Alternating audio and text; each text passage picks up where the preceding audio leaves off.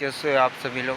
तो दोस्तों हमने आज माइक ऑर्डर किया है और हमने माइक ऑर्डर किया है 200 रुपये का और हम इसका आज अनबॉक्सिंग करने वाला है दोस्तों।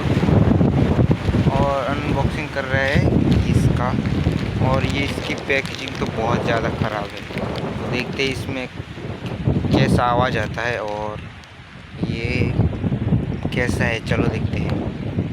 तो गाइस यह रहा अपना सामान और इसको तोल लेते हैं पहले। और ये गाइस हमने तोल लिया।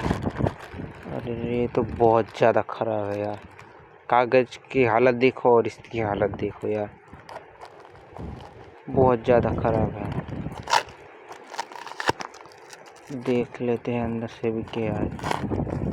और ये अंदर से कुछ ऐसा है, पैकेजिंग तो ऐसे अच्छा है यार, वाह अच्छा है थोड़ा।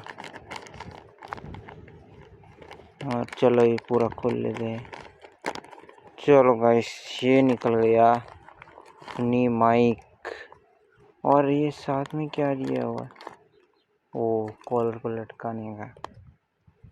और इसकी आवाज़ टेस्टिंग करते हैं गाइस।